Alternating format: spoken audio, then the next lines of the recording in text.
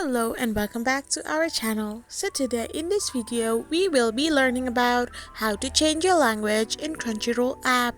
So without wasting much of our time, let's dive into the video. So first and foremost, all you need to do is simply scroll through your homepage and tap open your Crunchyroll app.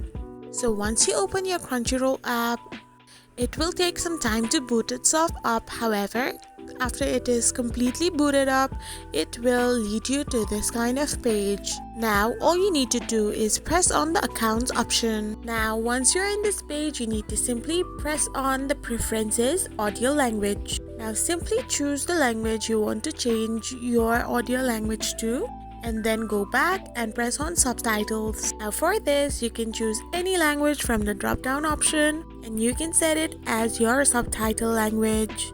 So this is how you change your language in your Crunchyroll app. I hope you found this video helpful, so don't forget to hit that subscribe button and do give us a thumbs up. Thank you for watching.